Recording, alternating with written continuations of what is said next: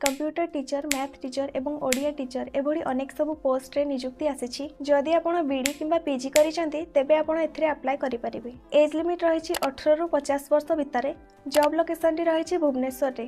Salary रही PGT 47,500, TGT 26,500, councillor 26,500 एवं laboratory assistant 40,000 रही। जार डिटेल्स आम वेबसाइट odishaJobNotice.in विजिट कले पाई परिबे। सिलेक्शन प्रोसेस रही रिटेन टेस्ट एवं स्किल टेस्ट माध्यम अप्लाई ऑफलाइन माध्यम हेबो माने आपनको स्पीड पोस्ट करिया पई पड़िबो। अप्लाई रो लास्ट डेट आपण स्क्रीन ऊपर देखि पारुथिबे। केमिति अप्लाई करिवे प्रथमे गूगल रे सर्च करंतु odishaJobNotice.in। जो प्रथम वेबसाइट आसीबो सेथरे क्लिक करी साइड को ओपन करंतु। एथरे टीचर जॉब सेक्शन में क्लिक करंतु। सैनिक स्कूल भुवनेश्वर रिक्वायरमेंट 2025 आर्टिकल ले क्लिक करंतु।